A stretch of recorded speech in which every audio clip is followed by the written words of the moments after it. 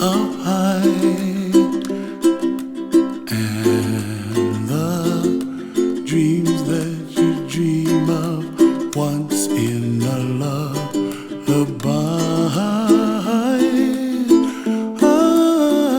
Oh, somewhere over the rainbow, bluebirds fly.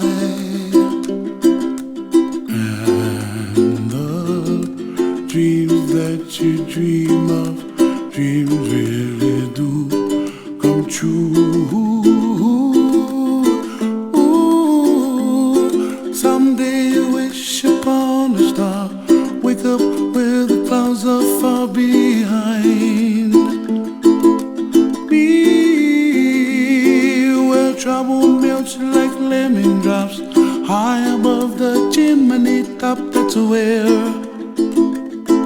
you find me, oh, somewhere over the rainbow, bluebirds fly,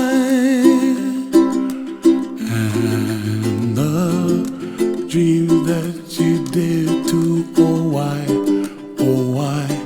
can't I?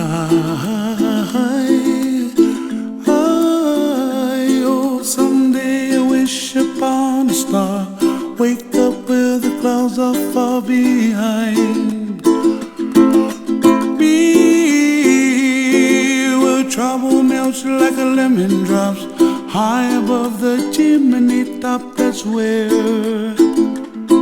you find me, oh, somewhere over the rainbow, way up high,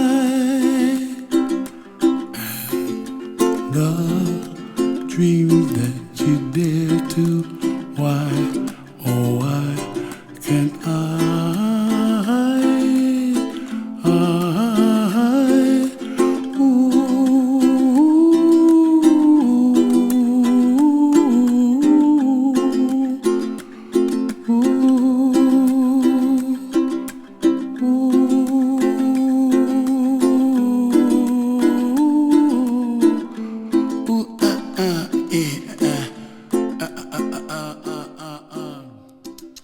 Välkomna vänner och släktingar.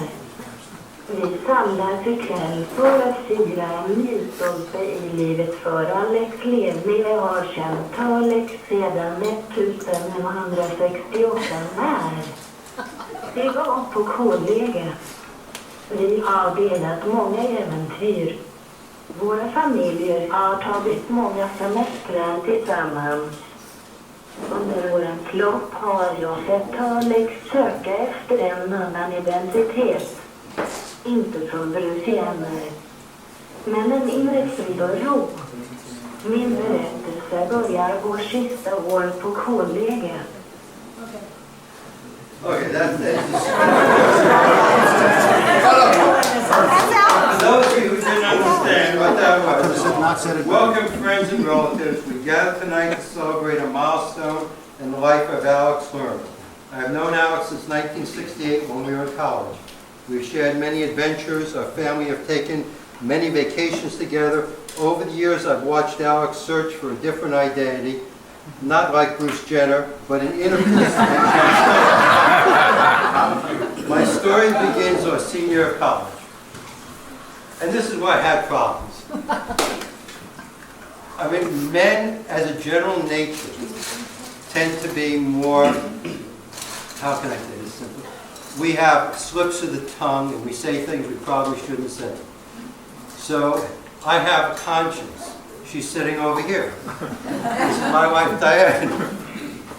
So every time I say something, she says, you can't say that. You have to think about this as if you're in church or synagogue. Well, I thought about that and I figured, I go to synagogue twice a year. So that wasn't going to be a really good example for you. So that's what these props are for here.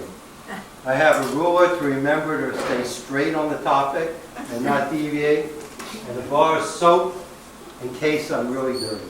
That is my nature. So I had lots of fun thinking about what we can say. And in fact, probably shouldn't say this also, but one morning while having an intimate time with my wife, we were talking about things I can't say. And we were laughing so hard, the moment passed. So I figured, okay, I'll talk to clergy. So I called Fred. Fred doesn't have a cell phone. And when I called Fred, he was going to Colorado. Thanks, Fred. Appreciate it. So I'm a doctor, and in my practice, I had 2 Greek priests who came in. So I asked them, what can I say? And they said, no idea, there's nothing written in this. So then my rabbi came in. I said, what can I say? He goes, you got a problem. So anyhow, here's my problem. I've known Alex so long, I can't say all nice things. I'm sorry. It's just not going to work for me. But I kind of figured, how can I tie in his life now with his life back? And I'll take you back to our senior year of college. As I said, I had already gotten into medical school. Alex was a junior getting ready to get in, and he needed A's. As most juniors do, they need A's, high cum to get into medical school. So we took some of these courses. We took one, and we actually made probably the first music video back in 1970. Lucy in the Sky with Diamonds. We had a whole group of people. We took it on 8mm and put the soundtrack to it. And Alex's donation was his car, his Peugeot, which had a sunroof. And that was, but he got an A in that. The other couple of classes I won't talk about, but there was one in particular which was Oriental philosophy. I don't know if you remember this, Al. So we never went to class, we never read any of the books. It comes time for the final. And the final is you have to have 10 deep thoughts. So, this is the fun. So we're in bed. In alternates. No, different programs actually, in kind of a college way, I'll leave it at that. And we're thinking about 10 deep thoughts, and in a way that didn't sound so deep. At the moment, they were great, so we handed it in, we both got A's. So that was his first step, if you will, towards where he is now. On several vacations, he would be reading Walden and always ask, so Jeff, if you were alone on a desert island, what 3 things would you want with you? And he's shaking his head because he knows this. And it was on the houseboat, if you remember that one. Yeah. I won't tell you my response, but this was important to him. So this has kind of been his pathway all along to where he's ended up now. He's really grown and matured, and I think he's finally happy. Alex and I shared several other things, including my wife.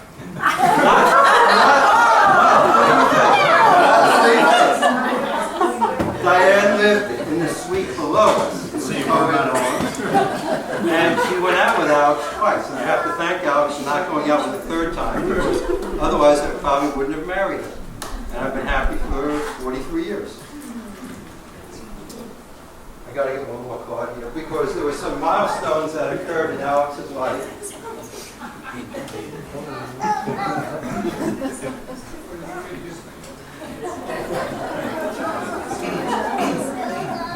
Maybe it all should have been in Swedish. Actually, the pictures are from Diane and I, the before and after. But inspiration comes to you in different ways. And I was thinking, what the heck did I say this card? So I'm at the post office and I saw this card, 1950, of events that happened in 1950. And the world really changed when you were born. I didn't realize this, actually. In case you didn't know, Smokey the Bear came into being the year he was born. But more important, Silly Putty came into the world. And then I realized also some of the things that happened, that kind of the karma of the universe came together for Alex to be where he is today. And I understand, Fred, that the Dalai Lama is not particularly your sect, but He is considered a reincarnate of the Buddha.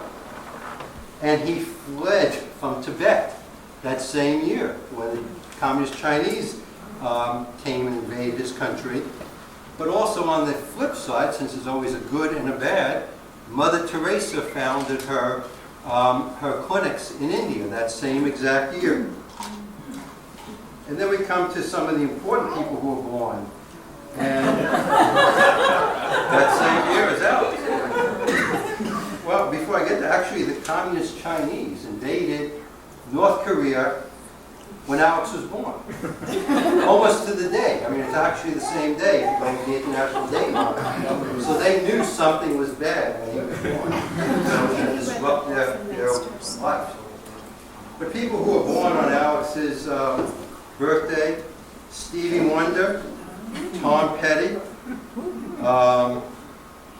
Dr. J, Bill Murray, and Jay Leno.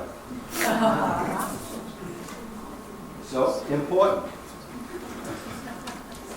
So again, I'm trying to think, what can I say to my friend of 43 years? 47, thank you for that.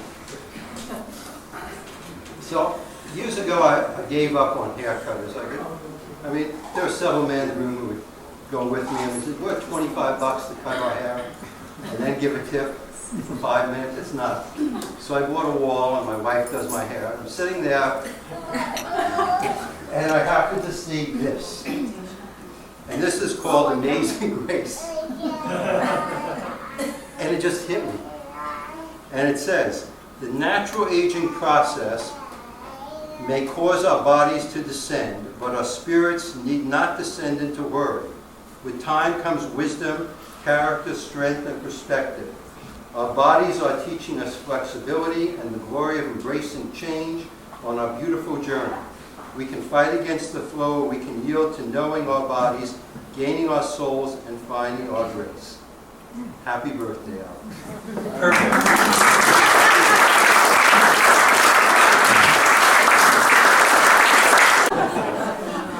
Now, there are a few other people who said they wanted to talk, and a few other people who said maybe. So we'll open up to people who definitely want to talk. And I think Saul should go first. Thank you, Jeffrey. Hi, I'm Saul. I'm Al's little brother. Unfortunately, my two older sisters could not be here tonight, so I get to claim being the one here that has known Alex the longest. And although knowing someone like Alex for 57 years, you sometimes like to say to someone, "Don't ever change." That has never been the case with my brother. Luckily for me, he did stop beating me up. His life's path has never been straight, but he's always embraced the bends of the road, as well as some interesting turnoffs along the way. I know he has touched the lives of everyone here tonight, because that's how my brother is, and everyone has been inspired by him. Personally, I am where I am today because of him.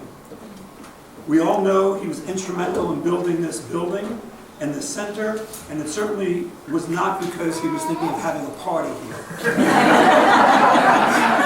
As we can all see from this turnout tonight, Alex has many friends, colleagues, relatives, including nieces, nephews, sisters, 2 wonderful sons, a soon-to-be beautiful wife, and even some ex-wives. But I'm most honored and lucky to be his one and only brother. Happy birthday.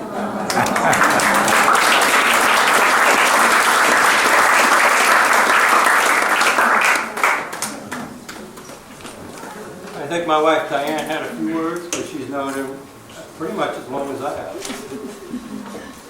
Plus 2 days. A little longer.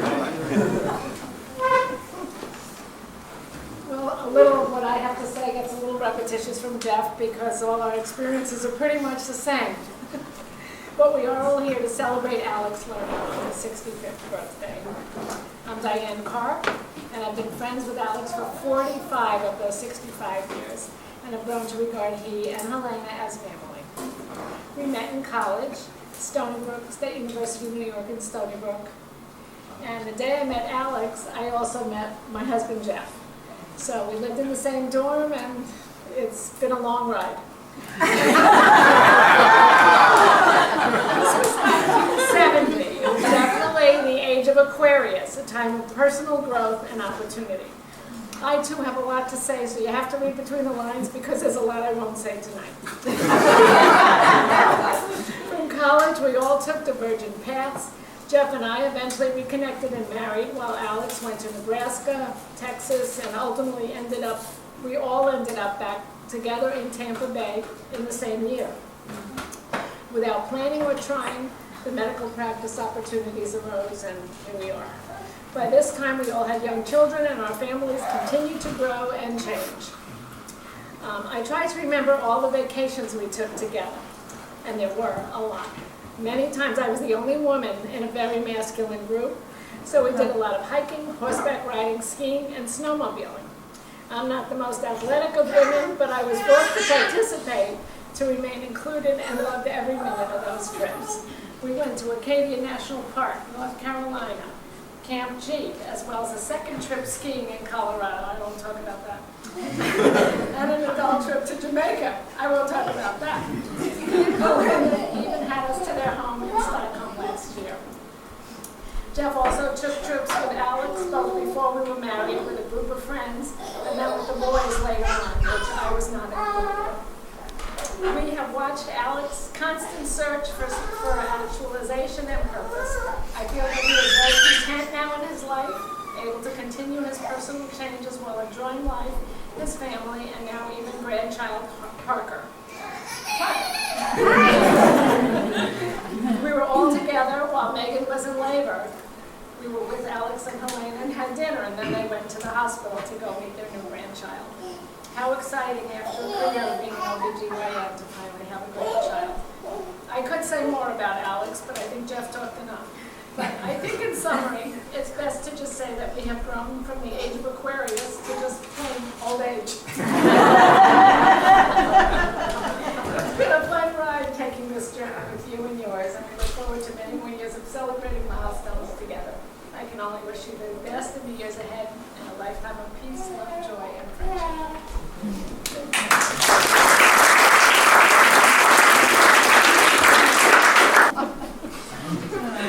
Elena, would you like to say a few words?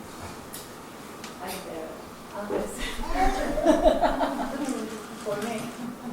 No? Are you a lady? Okay.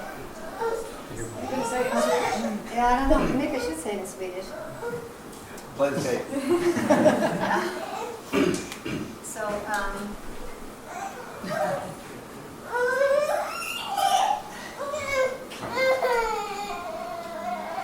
I'm trying to think where to start, Alex, because it's so much to.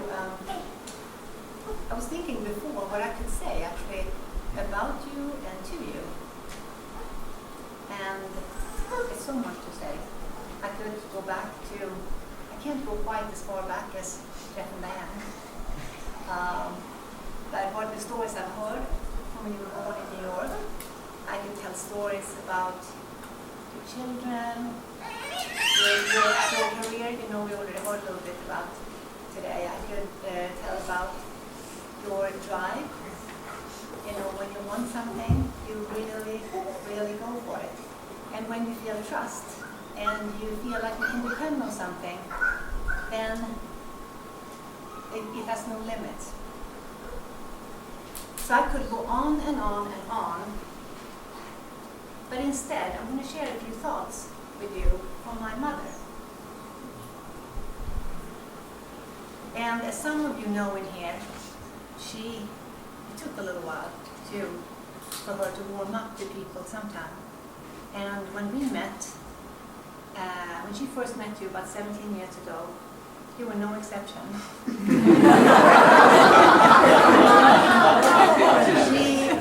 was a little hard for her to see that I was going to make this drastic change. And she said to me several times, she said, "Is he as intelligent as he seems?" Her English wasn't that good and she wasn't so comfortable. But she said, "Is he as intelligent as he seems?" He seems very intelligent. And he said, "He is very handsome, but I hope he doesn't think so himself." And he said the most important thing is that he's humble, inside, and that that he is, the love that you want. So after a while, I think she gave up her investigation.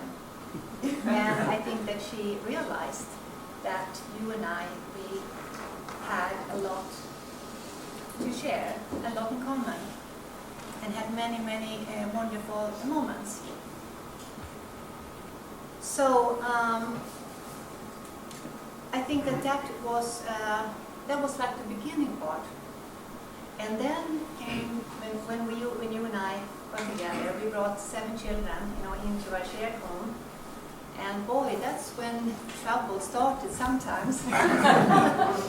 It wasn't that easy actually to combine, all the children, all our visions, and everything that we had in our backpack.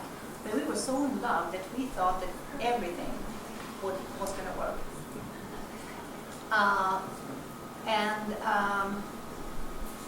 Then, we had a little eye problem, back problem. I had a little gypsy problem that I had a need to constantly move, try new things, be in different places. And that caused a little bit of anxiety, but it also caused a lot of excitement, I think. And that's where we went apart sometimes, that, the anxiety and the excitement, was a bit of a difference. But we traveled, and I think somehow, Alex, what I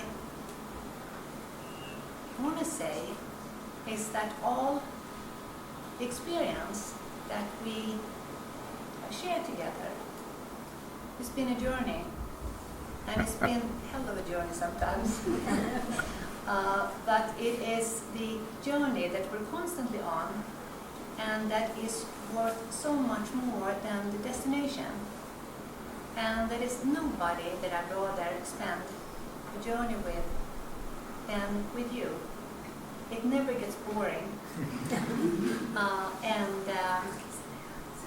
I'm hoping that with the kids, grown up, they're kind of on their own. They don't want to see us as often.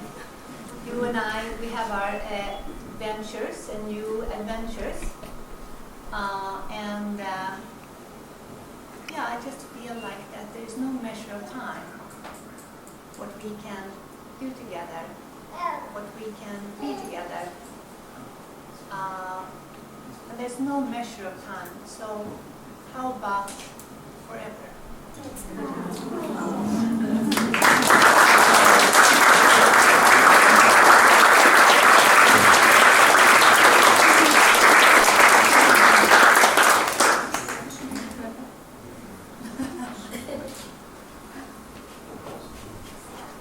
There's a lot of people here. I'm sure everybody's got something to say. Most people are afraid to say it. Don't be afraid. Does anybody else want to speak, say anything? You don't have to get up here. You can stand where you are. You can sit. Anybody?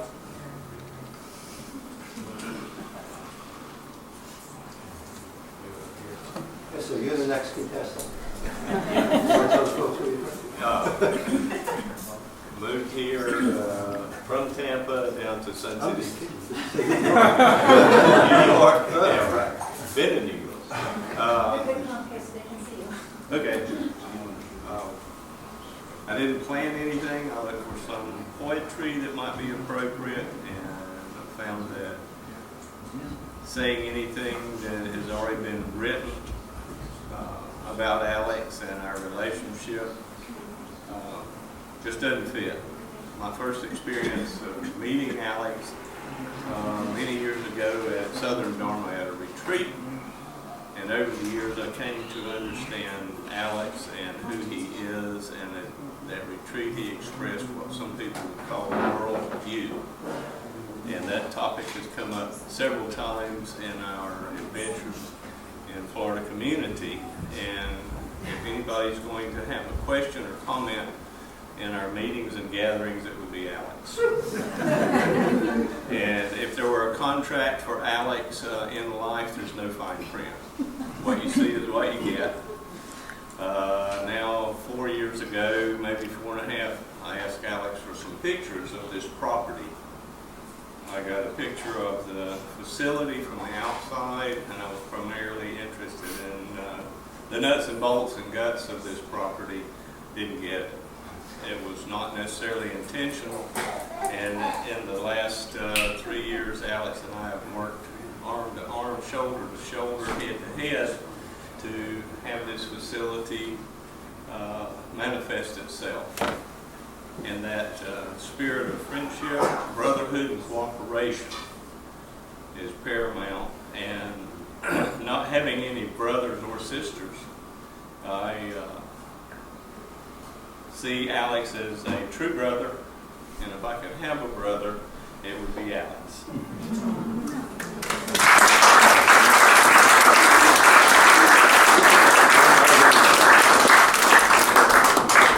Lotus from Kennedy. And so one night, it may have been the night we were all looking at each other through paper bags. This guy walks in and was just totally open and interested in what we were doing. And I think regardless of what we did that night, you came back and you kept coming back. We were a very eclectic meditation group at the time. Fred wasn't here. We sort of were self-taught. And so suddenly we had this scientist, this doctor, who was very interested in mindfulness and the brain, and always kind of challenging us to look at just, you know, really the views, sort of questioning Buddhism, questioning mindfulness, and looking at it in the context of the brain and everything that you brought to it. So he's made it a really wonderful journey for all of us practicing together over these years.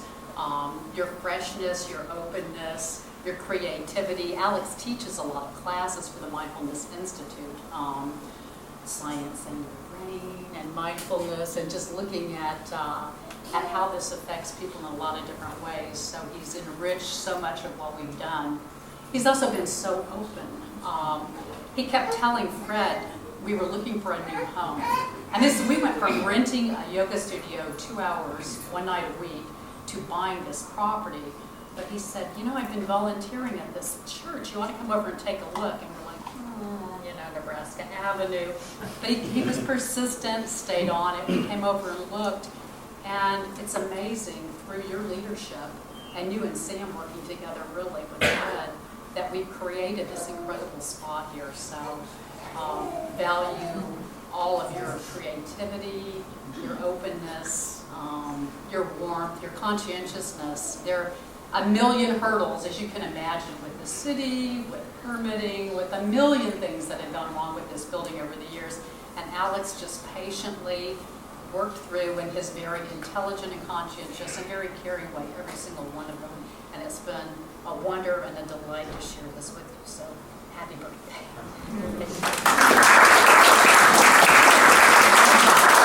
All these compliments. And in all due respect to you, I'm an only child too, and I wouldn't want a brother like Alex. After what he did to Saul, I think that I understand that it would be fine just being your friend. You know, we back in 88, 89, Bob Yelverton and Alex and I and Kathleen Kilbride and John joined us, and we started practice, and it was such a nice feeling to feel so good about your partners. And Alex brought something, and you all talked about the education and what he taught. He taught us too. He'd go away and take these technical classes and come back and teach us how to use the laparoscope in a different fashion, in a modern fashion, and brought new technology to us. So I want to thank you for being my partner for many years. It was a great ride. Unfortunately, it ended too soon.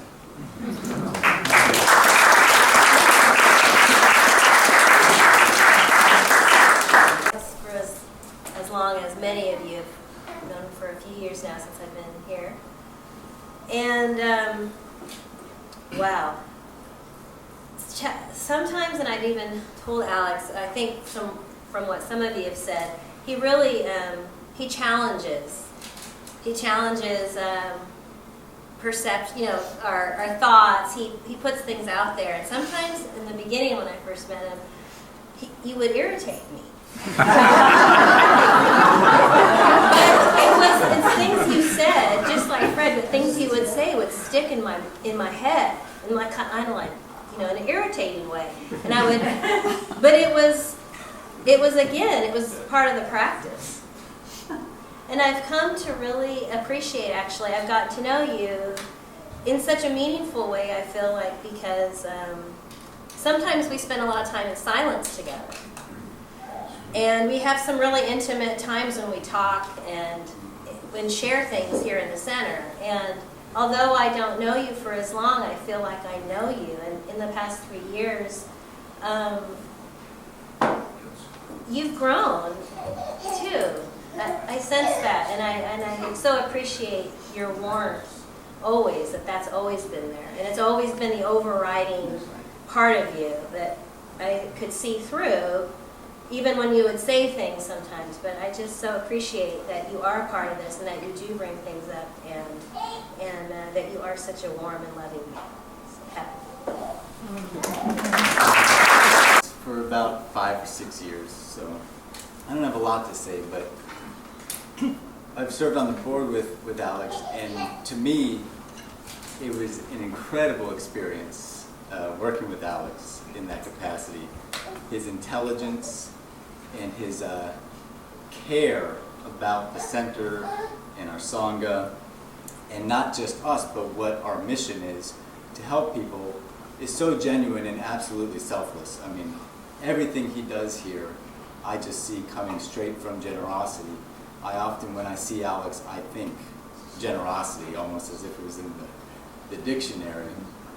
And the wonderful thing, one of the many wonderful things about Alex to me is non-discrimination.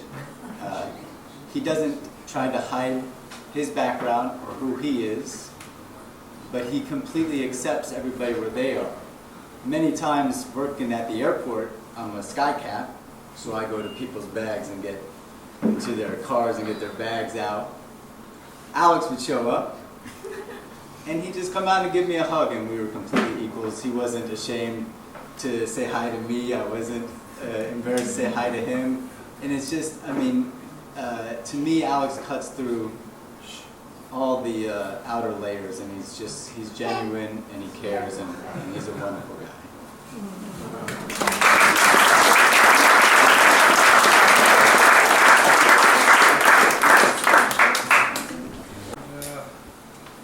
I share a little different relationship with Alex, even though we are somewhat close in age and have similarities in background, and yet here I function as teacher and he's come as student. And one of the things I've always appreciated about Alex right from the beginning was there are many people who come to meditation or Buddhism, you know, like a duck to water. Alex, it was a stretch. Many times it was a big stretch. And what I always appreciated about him is that he, even with his critical mind in a good sense, his mind that questioned authority, his mind that always wanted to see the scientific explanations of everything and the rational explanations of everything, he always stayed with it. You know, I was always kind of, in the beginning, I didn't know whether he was just passing through. You know, just interested, challenging, questioning. I'm not sure how deep his connection was, or whether this was just part of his, you know, his growth and development, and this was a phase he was going through, this Buddhist phase. But it's been quite wonderful to see him. He just threw himself into it. I mean, always be amazed. It was sort of like once he kind of got it, it was like whatever was going on, he signed up for it.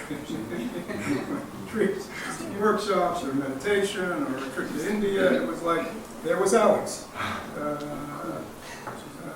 He once confided to me, I think he'd been a member for a year or two. He said, "I got to tell you, Fred, this group and what goes on here, I got to tell you, 5-10 years ago, I would have thought, who are these kooks, you know?" And now he found himself part of the fold. Again, I have a deep appreciation for his inquisitiveness, for his loyalty. I mean, we've, over these 3 years, even though it all looks quite wonderful now, there were many ups and downs, many challenges. For a while, I used to joke with Angie that Alex was my other woman, because Alex would call me every morning. We have this very involved conversation as the whole project went through various kinds of stressful times. But Alex, so to speak, has been a godsend to our community. When we found this place, which we found, I mean, the truth is, Alex kept talking about, he was doing his literacy clinic up here, and he kept telling me about this derelict church on Nebraska, and I kept, we were looking in Southampton at the time, and I kept saying, no, Alex, no, Alex. Kept ignoring it. And even the day that we finally were coming out here to see with a realtor, I got up that morning and I said to Angie, why don't you go? I'm not interested in going. And then I thought about it. I said, well, for Alex, I'll go. He's so, I'll just do it for him. And of course, here we are. And even though the only caveat I had when we found the place is that we raised the money so we wouldn't have a mortgage and it wouldn't be a burden, once we had done that, here we were. And we were mostly a group of kind of professional, semi-professionals, not a lot of construction skills. And who shows up willing to take over the, Sam had the skills and the experience, but who was going to manage the project? And all of a sudden, Alex, our retired doctor, said, I'll do it. I mean, it was in a certain sense miraculous, because to be honest with you, we had never thought about that next step. Like once we got it, what are we going to do with it? And it was a kind of an act of faith that we did, and there Alex stepped forward to say, not only will I help find it, but I will really oversee it. And he, I can't tell you what a labor of love and commitment he really manifested over these 3 years. I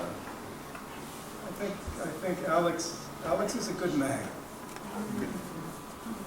He's a man. It's wonderful to have you as part of our journey.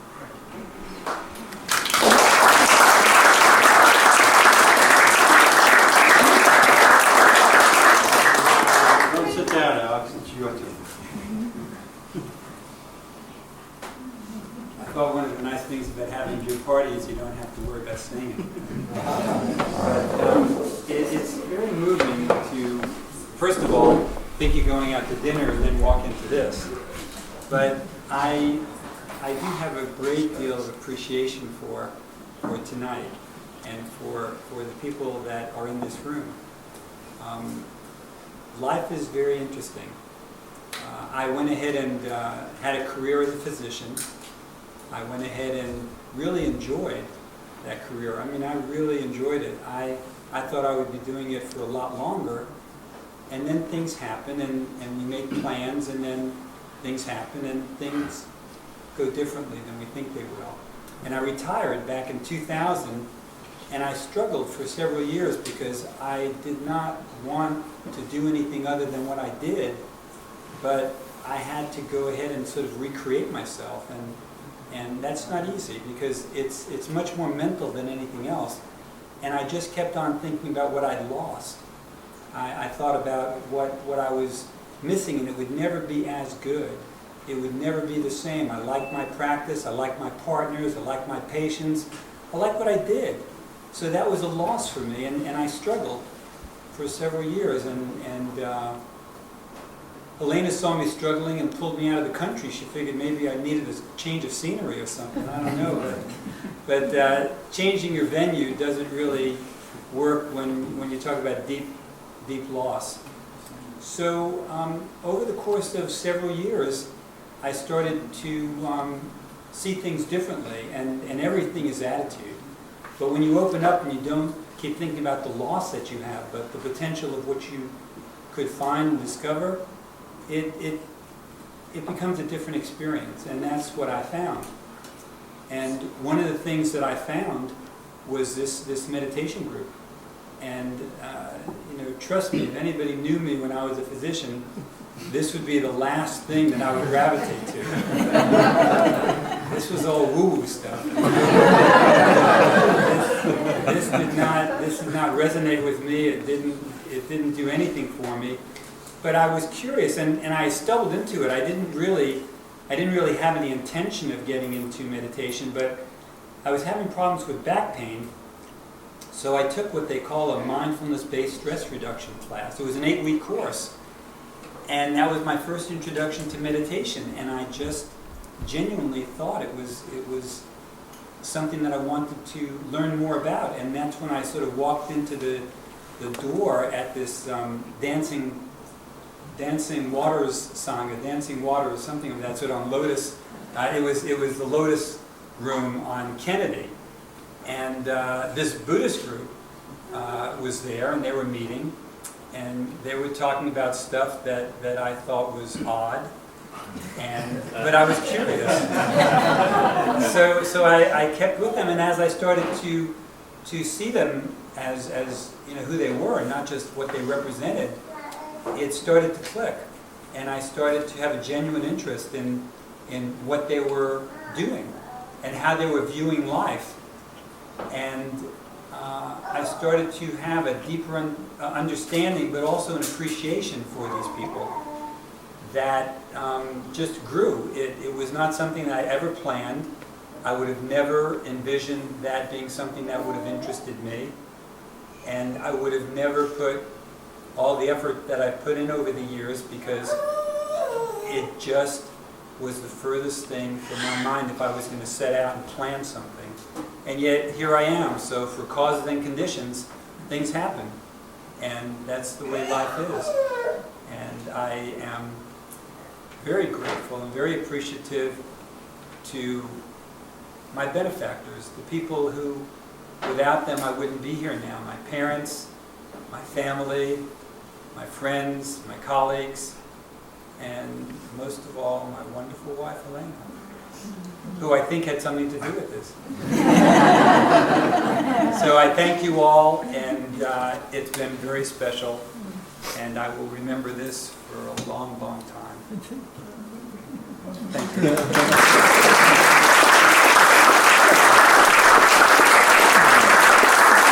Alex, happy birthday. The love in this room has filled everybody with fullness. We really love and adore you, and we're so happy that you are who you are. Thank you, Jeff. But sometime we will, maybe in a different venue, with a little different type of setting, talk about the things that Jeff couldn't talk about going through college. This man was a trip, literally and figuratively.